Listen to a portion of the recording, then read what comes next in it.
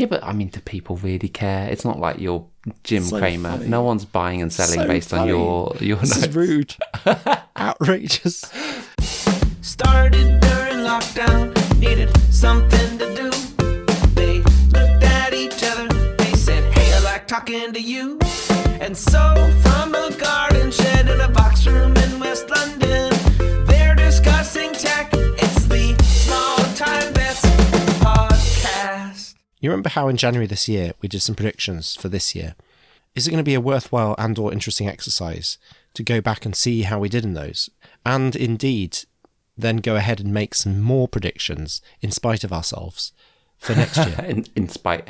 I think it'd be quite fun. Obviously, we can't mark our own homework. So maybe if you go through mine, I go through yours. But also, can we cover things that were big surprises that neither of us actually thought would happen? Because I think there were some interesting things that happened this year that we didn't necessarily get. That's a great idea. And when am I going to do my market summary? I think it would be nice as part So of we the big usually surprises of open- the year to look at a yearly reaction of the market summary. So we usually open with that. Yeah, but I mean, do people really care? It's not like you're Jim So Cramer. funny. No one's buying and selling So based on funny. your This notes. is rude. Outrageous. Should we do an inverse Hold on. doggy? So what you're saying is... What you're could saying be is that no great. one's buying or selling based on my year in the markets. Well, who knows? Maybe they're missing Get to out. this point in the year and they go, In- it's time. Incidentally, did you see Jim Cramer poked fun at Binance and then CZ kind of reacted saying something tongue-in-cheek about, no, please don't comment on it, Jim. Like, we don't need that because of the inverse Cramer reaction that he tends to have. Anyway, can I start with yours? Because I actually... I'm going to stop interrupting you now. Genuinely, you landed some good ones in this one. So... I got nearly all of them right. I was really pleased with myself. So, number one, by the end of Feb, COVID Omicron will be over and treated as flu. I put this as partially correct, at least in the UK. I think that was largely how it was interpreted. I wouldn't say it was like over, but definitely This was treated absolutely- as flu. Fair enough. That was I quite... nailed it. The only place that wasn't true was China. And we all know how that turned out. It Fair turned enough. out to have been not a good way of handling it. Fair enough. Moving on. Number two, another interesting one. Neither the Ukraine nor Taiwan will be invaded in 2022. And then you said, these are just facts. These aren't predictions. I've marked that as wrong. It's So wrong. half marks then. Yeah, it's not really you get half So a point here, far- half a point there. I so would far, say I'm on you're on 1.5? 1 point. You're on 1 point. 1.5. You get the first one. 1.5. Russia did invade Ukraine, and it has been just terrible. Yeah, but Taiwan was So- not invaded. You probably should have split them out when you put it today. Number three, 2022, mainland China begins to see signs of social unrest online, in gaming, and in the middle classes. Just, wow, prescient. Like, especially given the events of the last month. When you said that in January, I remember thinking, God, that's quite a bold claim. Like, we knew a lot of authoritarian things were happening in China, but I was always I just didn't see it happening within this year. I could see things bubbling up, but definitely not protests or social unrest. And yeah, you called it. So I'd say pretty spot on. Did it play out the way you originally thought when you made that prediction? It was more. Another correct one in number 4. In the US, inflation goes to 10% as measured by CPI. Yeah, can't knock it. You were spot on. Did it go to 11? I think maybe it went to 9.1. Well, I'll give you it. Either way, it was close enough. Number 5, you said that chip shortages would continue through 2022 and affect car manufacturers except Tesla, EV car manufacturers except Tesla, and wind turbine manufacturers. I would say that's true. However, I think the except Tesla thing isn't really true. You could have just left that out and you would have been spot on. Because Tesla, in their Q2 earnings report, did have to announce they rewrote loads of software to get around the chip shortages, and it was the reason they didn't release any new models this year. So Musk was they worked around it, but it definitely impacted them. That Not all specificity. car manufacturers rewrote their entire code base and their ECUs to run on cheaper hardware. That's something that Tesla did. Quite a And- few had to. quite a few have had to run on cheaper hardware because that's all that was available. And the impact to other supply chains was really marked, but much less for Tesla. Fair enough. And I mean, that was really where I was going with that. The final one that I had, your prediction number 6, there would be no stock market crash in 2022. Now, I looked at when you said that prediction, and it turns out it was literally the week that the stock market was at its most recent peak. And it has gone down since. At its biggest decline from peak to trough, it had gone down close to 30%. Whether you'd call that a crash, don't know. But I wasn't sure how to judge this one. So I looked at this line over the course of the year as part of my year in the markets, and also out of interest to see whether or not I got it right. And what do you think? there is no crash there. It just goes down and to the right over the course of a year. It's like sometimes it goes up a little bit, other times it goes down a lot. And then, like, that's kind of the story of the markets this year. It's not what I'd call a crash. It's a slow story of decline. You know, it depends on I don't know what the definition of a crash is. I take your point. Yeah. But there is, like, it's gone down by as much as it went down at the very start of the pandemic. It's just so that was a crash. Yeah, like that is a sudden crash. You can see it on a chart. So in that sense, yeah, there is a kind of. If you spread that out over the course of a year, that's not a crash. So you're saying that I got them all right? No, I'm saying you got one really wrong, and all the others I would say true. Actually, so 5.5 out of 6. I'd say 5 out of 6. So you're not giving me Taiwan? No, I'm not giving you a half mark on something that was. They didn't invade. No one invaded Taiwan. It was pretty profound. If you put like 12 countries in that list, you're saying you would have got like 11 out of 12. No, you can't just like dilute your prediction with like other things that didn't happen. No, you get 5 out of 6, which is still incredibly good. Well done. Thank you very much. Thank you. I accept your praise. Are you gonna mark my homework? Go easy. Certainly. I think I went easy on you. Okay, so you've got 9 here. The first one is living alongside COVID. That's not even a prediction.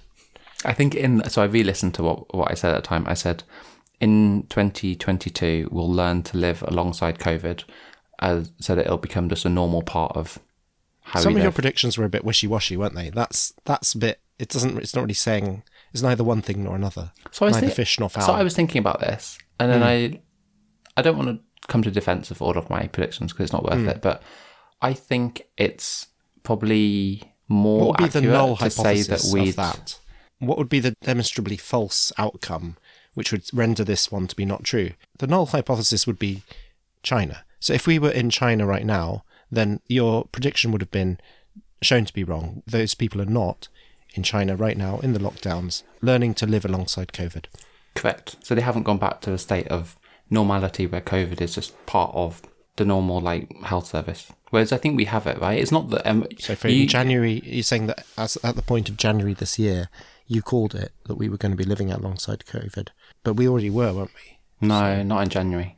Right. We were still rolling out boosters. You were correct. We were still putting in other things. You were correct. Like I admit, it's wishy-washy. I'll be better. Second one, more people will be using made-to-order medical services. I mean, numerically more, I have no doubt. More people are using cling film and aluminium foil.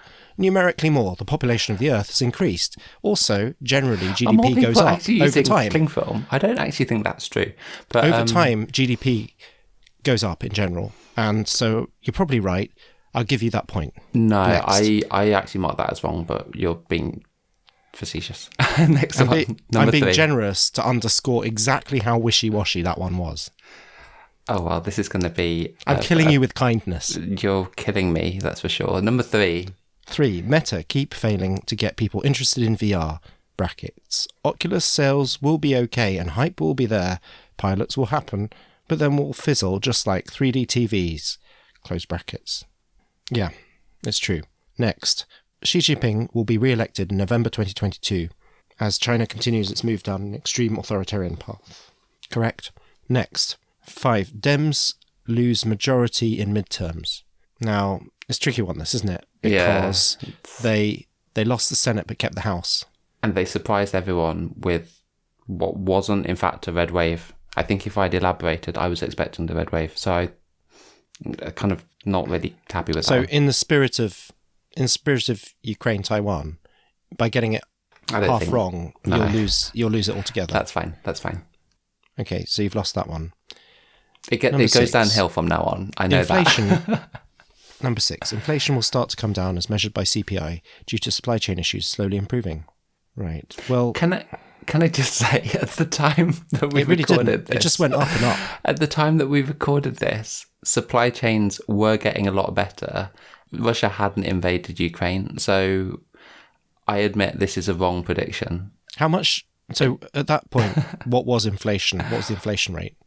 I'd have Probably to check. 2 or 3%. It And probably was. it's now about 10 or 11. So It's wrong. I admit. I'm so just you're wrong. setting some context around. and you're directionally wrong, but also numerically wrong. Question. You're directionally wrong, but a long way off. Question: do you think if Russia hadn't invaded Ukraine and your second prediction was in fact correct, that my prediction here would have actually been correct? I don't deal with counterfactuals. I only deal in facts, solid facts. Facts, Jonathan. Next. Number 7. Supply chain issues will get resolved, and subsequently energy prices will come down. Let's move on. I'm going to give that a 0. Can I give them minus scores when they're directionally off so badly that it's like upsetting? It's really unfortunate that pre a war in Europe, these were all fairly high odds things. We were already seeing supply chains starting to fix themselves and energy prices starting to come down. It was all going okay until about 2 weeks after we recorded, and then we realised everything actually isn't okay if one of the biggest energy producers in Europe invades one of the other biggest energy producers in Europe, who also produce a lot of food for Europe and Africa. It obviously, it's wrong. It's just, Number 8. Yeah. Remote working will have a knock-on impact on other areas of city life and commercial real estate.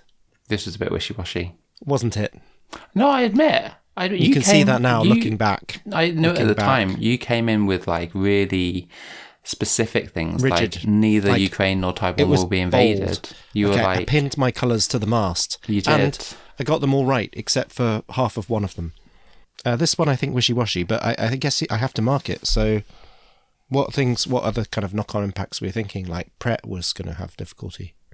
No, I actually thought loads of commercial real estate would go under in the UK. Yeah. And I don't think that's actually happened. I think you, at the time, when I was re-listening to this, Yeah. you said that, I forget what you described human beings as, but basically that we would get over this and we would all start forgetting that the pandemic had happened and getting back into the offices and everything, which hasn't happened en masse. There is still definitely an impact, but I'm surprised at how much things have gone back to normal. So I'd say this was wrong. Okay, well, if you're prepared to say that, then we'll accept that. Number 9, the final one. Spencer will be a surprise winner at the Oscars, but June will be the biggest winner. So I think you mean that Spencer will win some of the Oscars, but June will be like the biggest one of the big ones, or just clean up in terms of the most. Yeah, I said June will win the most and Okay, Spencer will be a so surprise. I don't What think, happened, in fact, in real life? I think June won a couple, but it wasn't the biggest winner. And Spencer didn't win any, so I think that's also wrong. Oh. Generally wrong, So actually. surprise, There'll be 2 surprises there. Okay, all right, I'm just going to do the maths. So living alongside COVID is kind of true. More people using, you're going to say no to that. I don't think I got many It of these didn't right. happen. Meta kept failing, yes. Xi Jinping, yes. Dems, no. Inflation, no. Supply chain, no. Remote working, no. Spencer, no. So 3 out of 9.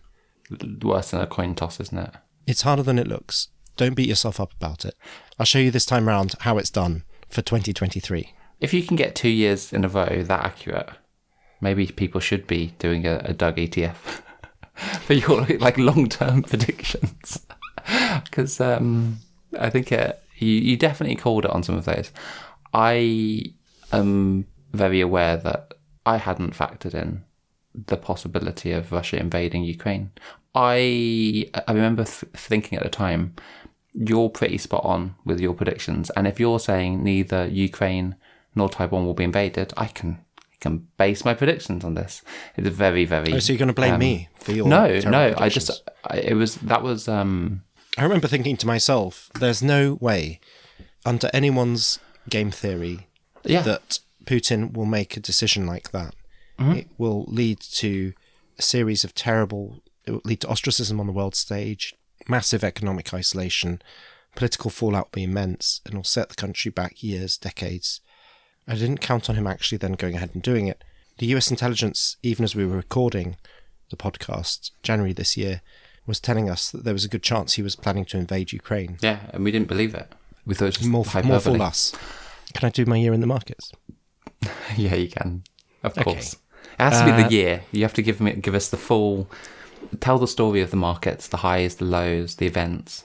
This year in the markets. It's this year in the markets. The S&P 500 dropped 20%. The Nasdaq dropped 33%. It was a pretty steady decline. At the end of March and until mid-August, things did look like they were getting better, but they weren't. Mid-June and mid-October were low points. In crypto, Bitcoin dropped 64% from $50,000 to $17,000 US dollars. Ethereum dropped 68% from $4,000 to $1,200.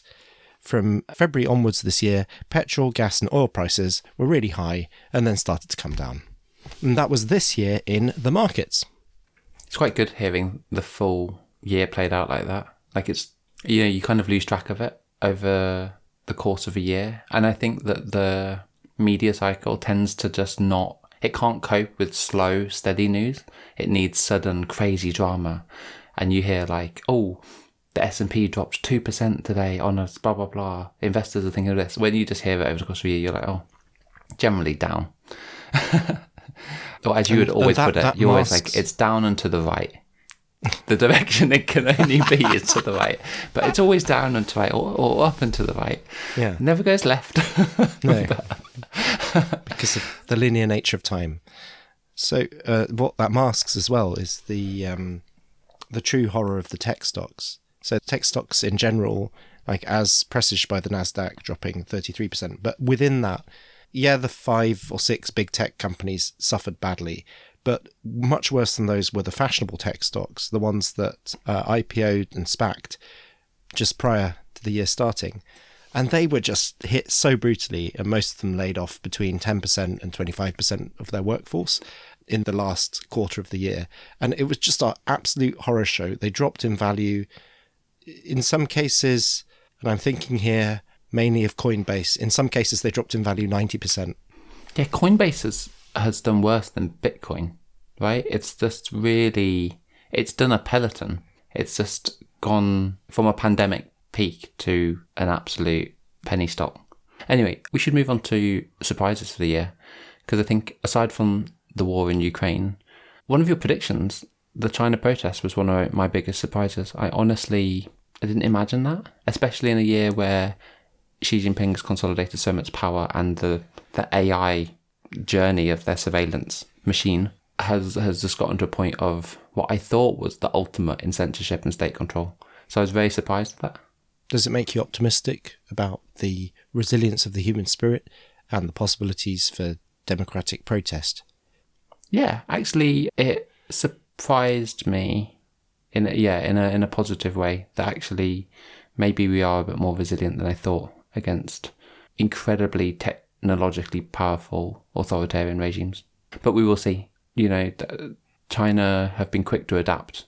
Almost like instead of a vote, enough protest or an instability makes the party rethink. And then they have addressed it. They have actually taken action to really just go back on a lot of the zero COVID policies. So it's not really democracy. It's a different type of model. Maybe it works. Who knows? Authoritarian, but with pressure valves. Yeah, maybe that's what you'll be learning about in university in future. The UK having the shortest prime minister ever was a bit of a surprise. I mean, UK politics in general surprises me every week. That was a surprise and a disappointment. No one had that on their bingo cards. That's an odd one. Yeah. Elon's acquisition of Twitter, it happened in this bizarre way that we've all forgotten now. Just remind me of like how that even came about. Jack stepped down, didn't he? And Parag Agrawal became the CEO. But then something happened, at which point Elon had invested or something. Was that right?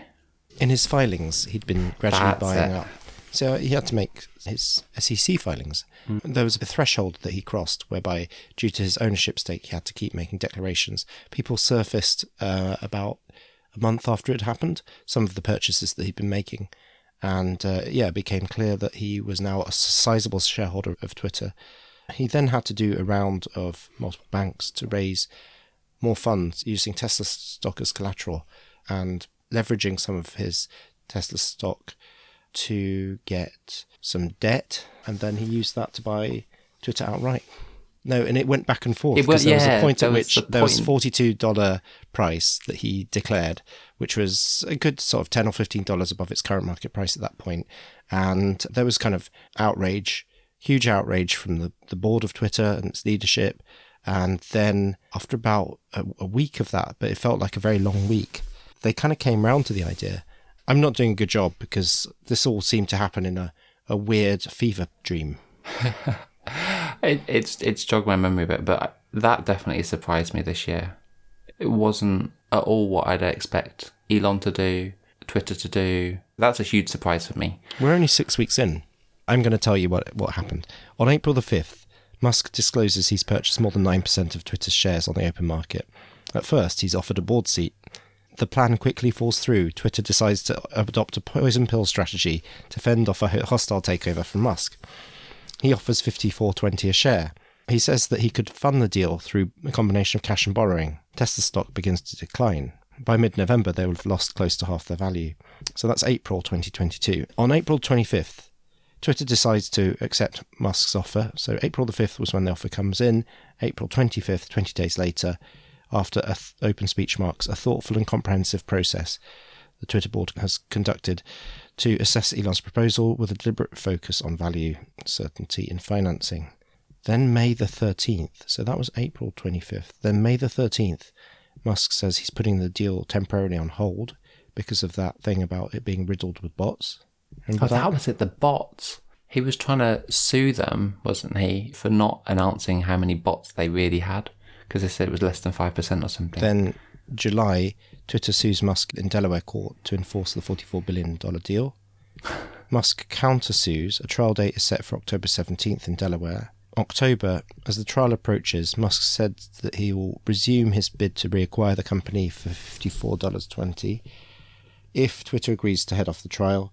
Twitter declines to do so. Judge McCormick decides to give the two until the end of the month to hammer out an agreement. And then on October 28th, Musk officially consummates the acquisition. Probably fires 5 key executives. I mean, did the Elon Twitter thing, was that a big surprise for you? Or Yes. It still feels surreal. Did you see one of the biggest Tesla investors? Saw that. That, more or less what we were discussing last week on the pod. He's spending too much time at Twitter. And you were like, Tesla, there's certain projects, they'll just run themselves. But, I mean, what Gokwan Leo says is, Elon abandoned Tesla and Tesla has no working CEO. And then he said, Tesla needs and deserves to have a working full-time CEO. What Tesla BOD should do nothing. Elon will find his own successor under BOD independent supervision. So, what's BOD? Board of Directors. Oh, yeah.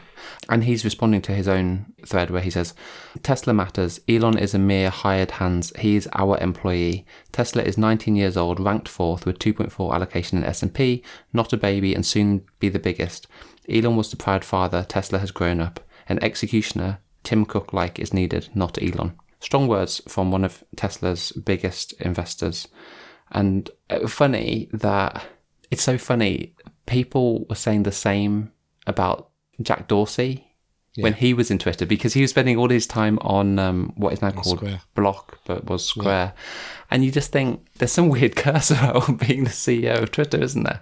You're either spending too much time on it and not on something else. Job that you can't do full time.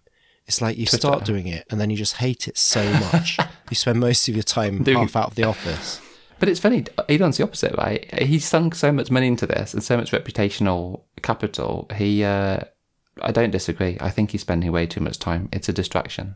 final big surprise for me.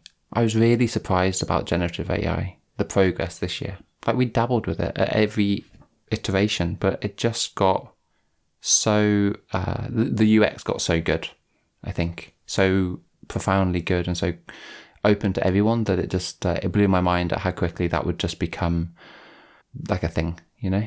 Yeah, I think that's the right way to talk about it. The UX really improved. So there's nothing new in the technology. It's been kicking around for ages. It's just more accessible now. Were there any things that, you know, caught you off guard this year? The Queen's passing, yes. That was a surprise.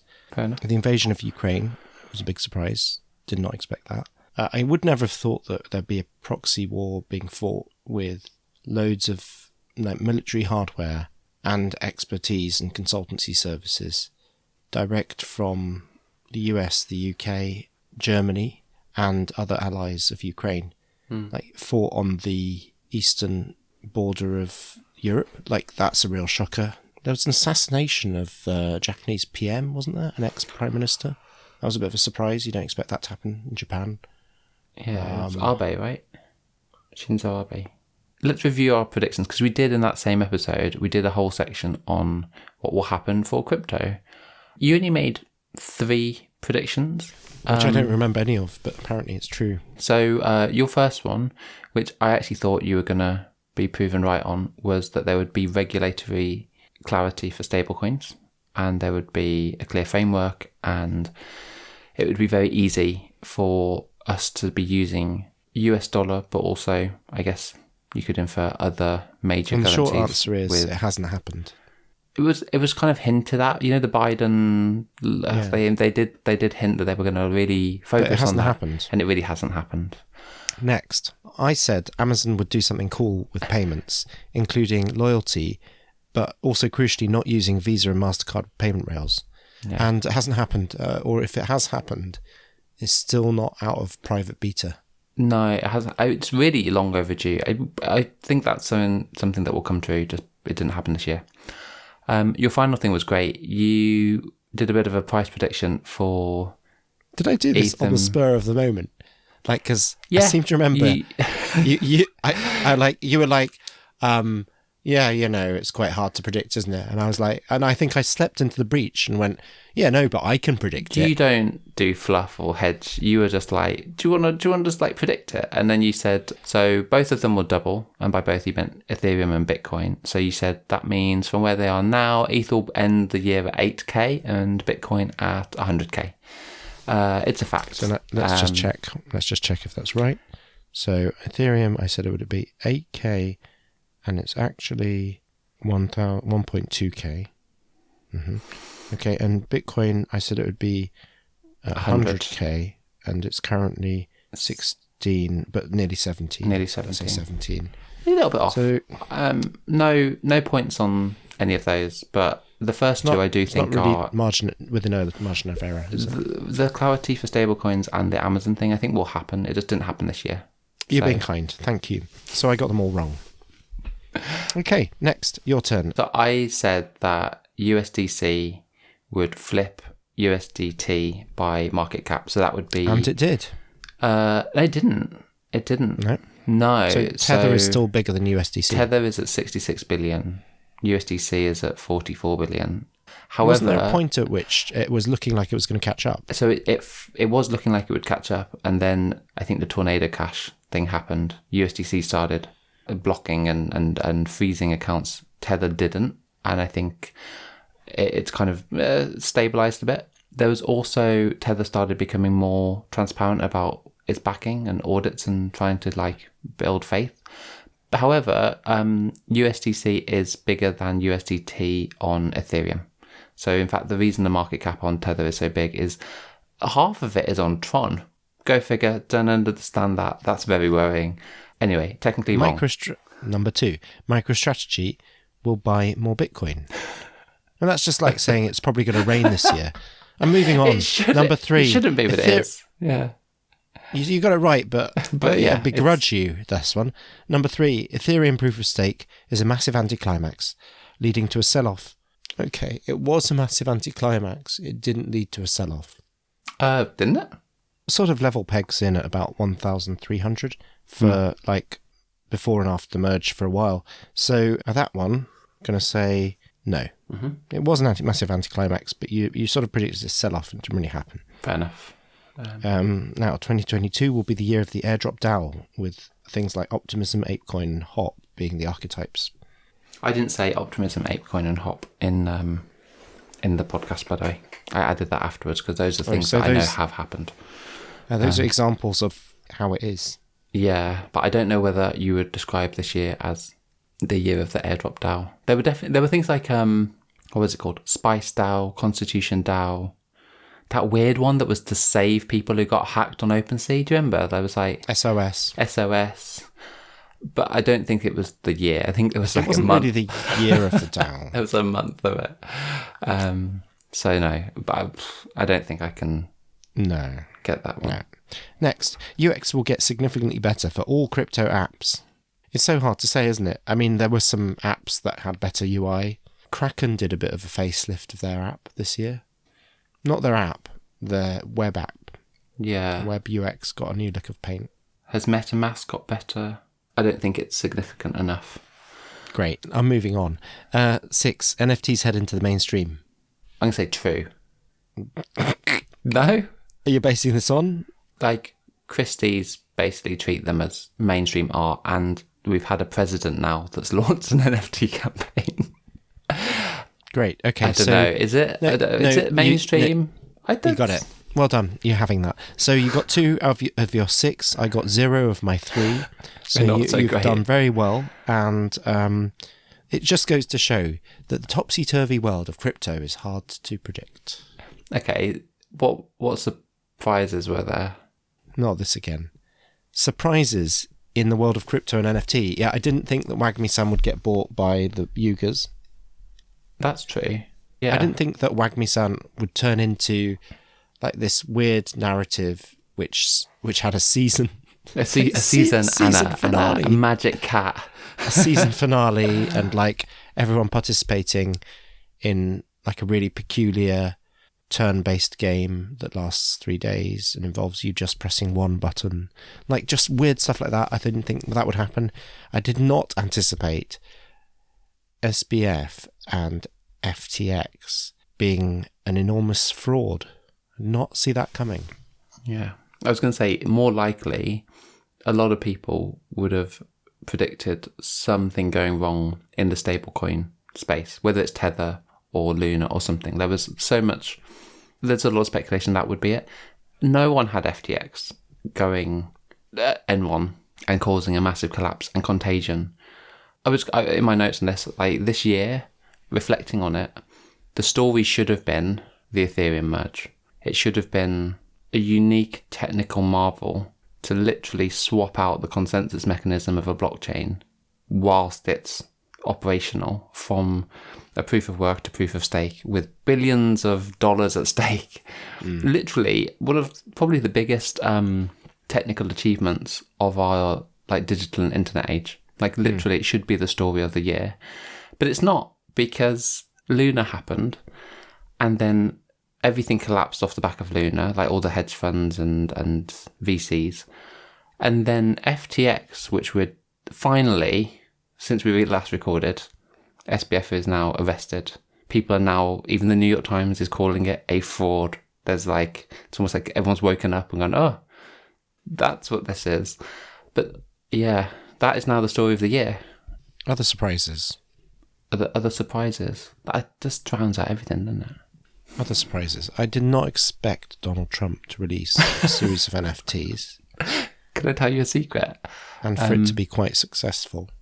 It's Jen's like first digital artwork that she's wanted to get. Why did she want to get it?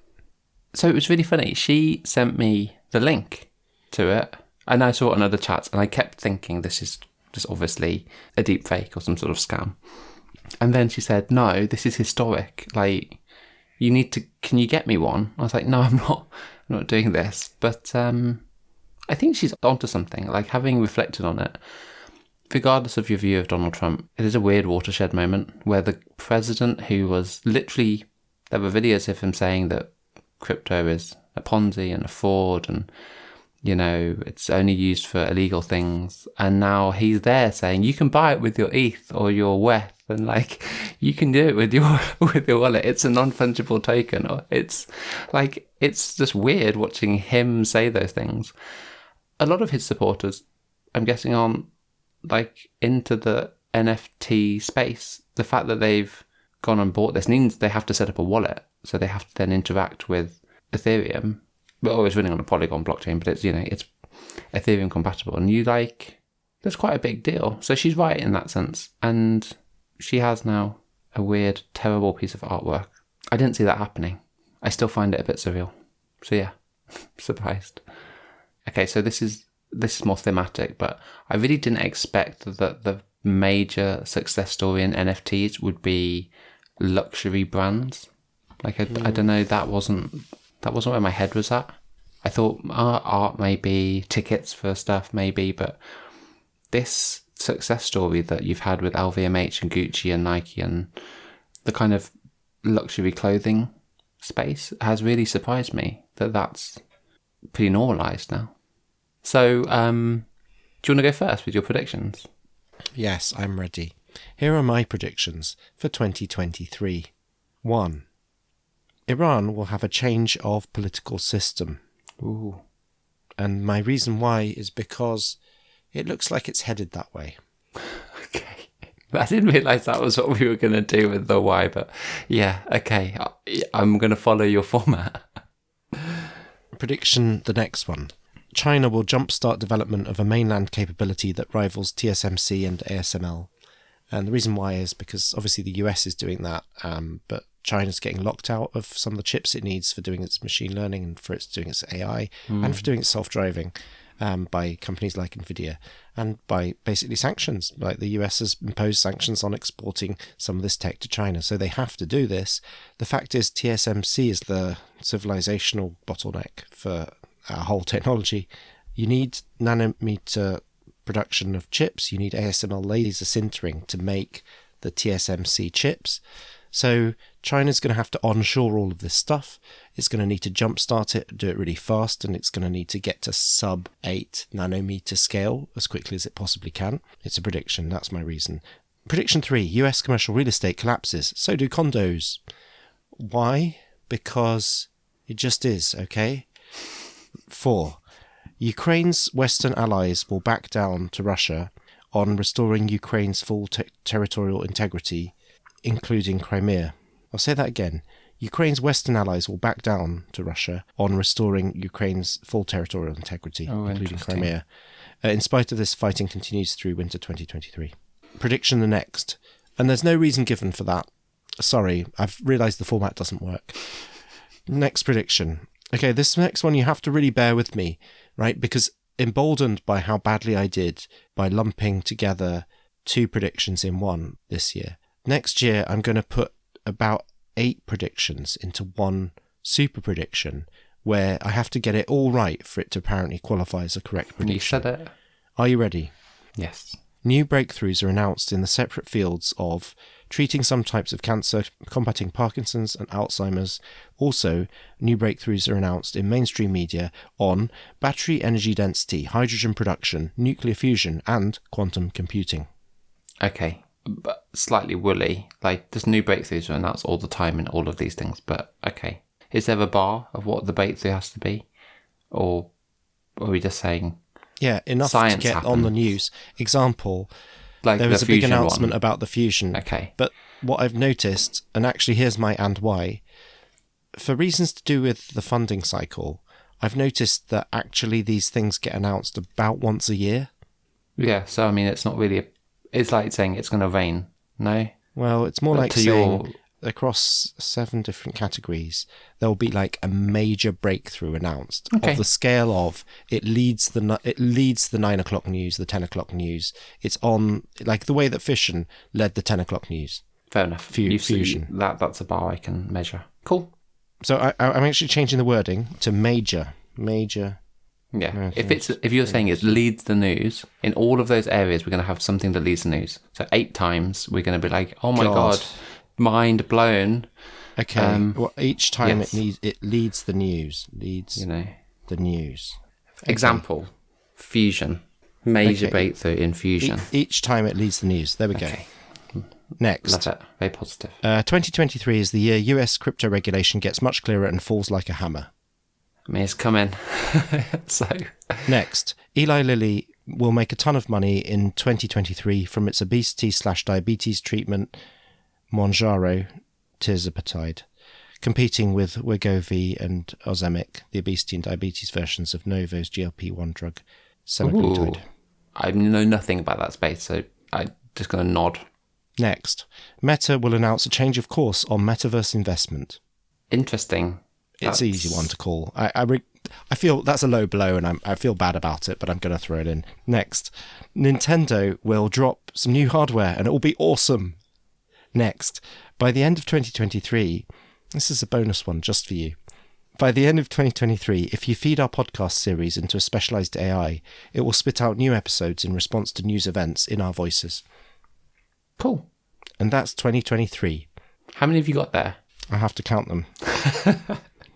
10. Oh no, I've got 9. Now I'm stuck. Do you want to cut one? No, I'll still beat you. Well, you've got more. So, Yeah, even with a greater risk exposure.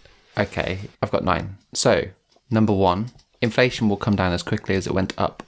By the end of 2023, it will be between 3 to 4% in the US, UK, and rest of Europe. And the reason I'm saying that is... You don't need to give a reason for that. I don't need to give a reason. No, I don't think you need to give a reason. Oh, I thought that was the That's format. quite reasonable. But- Is it? Yeah, okay, go and give a reason. Oh, no. I don't want Because to. if you don't give a reason, then it could just be fluke. Whereas if you give a reason...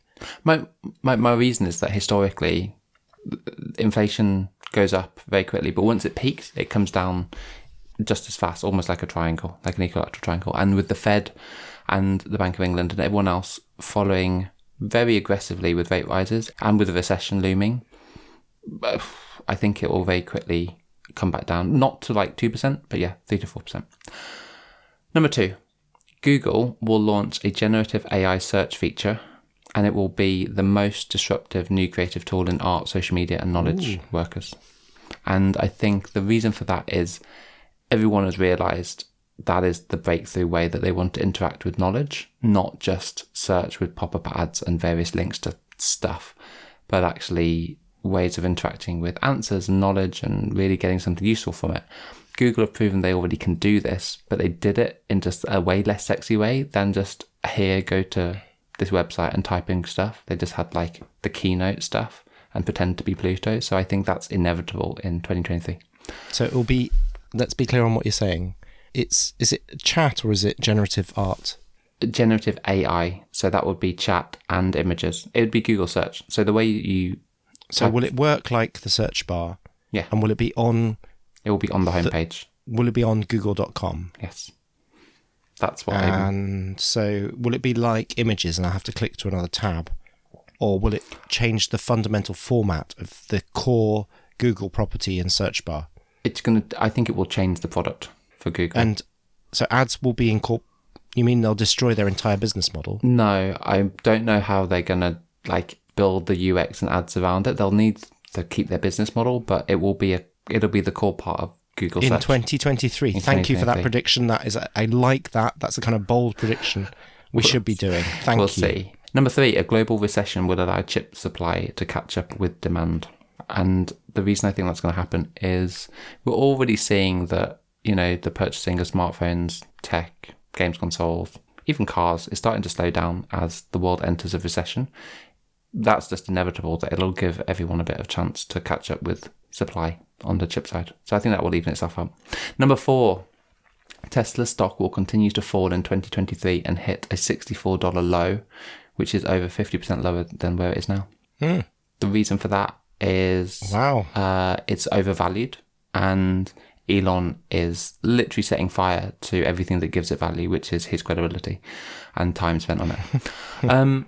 Number 5. It's going to go down, to be clear, it's going to go down from $150 to... 64. I've set that based on like a previous structural support from a technical analysis perspective. But yeah, it's a bold prediction. Let's see. Number I'm really 5. impressed. I'm really impressed. Can I just say I'm really impressed with that prediction? We'll see what happens. No, I'm really impressed with the cojones on it. Number 5. Thank you. Something will step up to compete with and potentially replace Twitter. Potentially Blue Sky when it gets launched. New Reddit features, new Discord features, or something else entirely. I would like the record to show that Douglas is shaking his head. Please continue.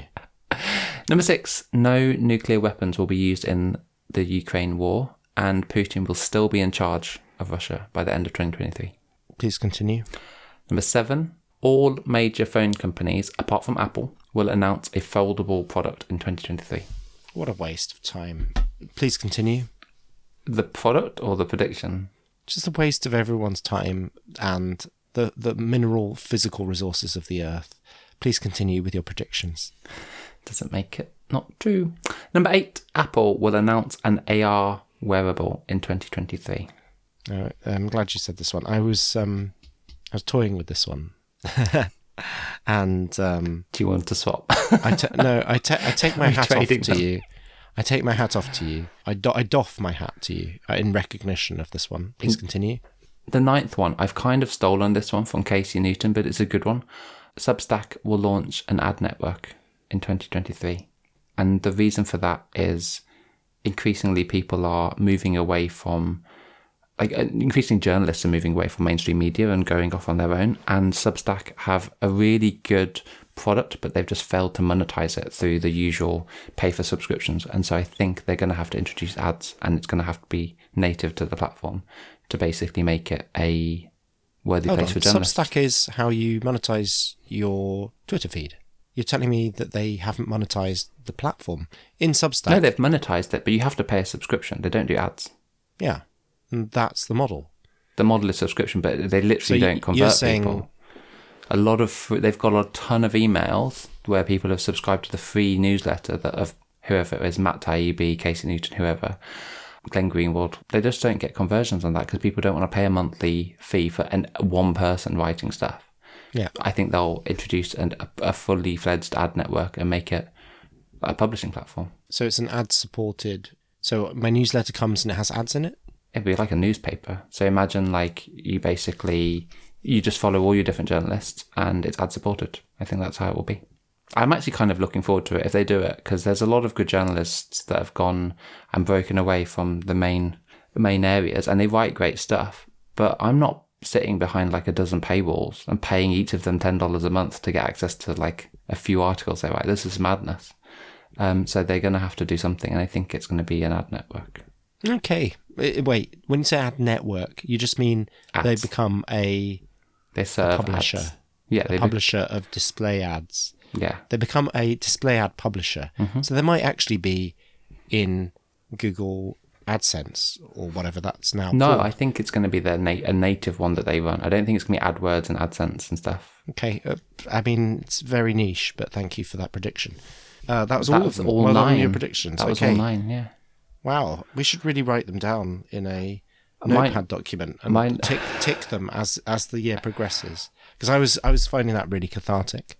Because you keep getting them right. I wasn't. I was seeing inflation. I saw Russia invade Ukraine and went, oh, that screwed 3 of my predictions. I saw inflation go up. I saw all the different predictions slowly become either more and more incorrect, or I would have to lean on them being more and more vague. maybe Doug will just interpret it slightly more leniently, and you just don't, because you haven't given me that leniency. You've called me out where I've been fluffy, and so I thought I'd be more specific for 2023 and a lot more bold. I don't think these are going to land the way I've listed them, but the Tesla one, if Tesla hits $64, I'm going to be on the phone to you being like, called it. I'm going to be on the phone saying buy. To my stockbroker. As if I have one. Anyway, that brings us to the end of the episode, the end of the year. And I guess what's happening next year? I think there's going to be a change of format, but we don't know quite what it is. True. We can discuss that later. But consider this us signing off for the year. Have a nice holiday. Enjoy the New Year's. We'll be back in some form, but it will be different next year. Indeed. Have a great break. Cool. You too. Started during lockdown, needed something to do. They looked at each other, they said, hey, I like talking to you. And so from a garden shed in a box room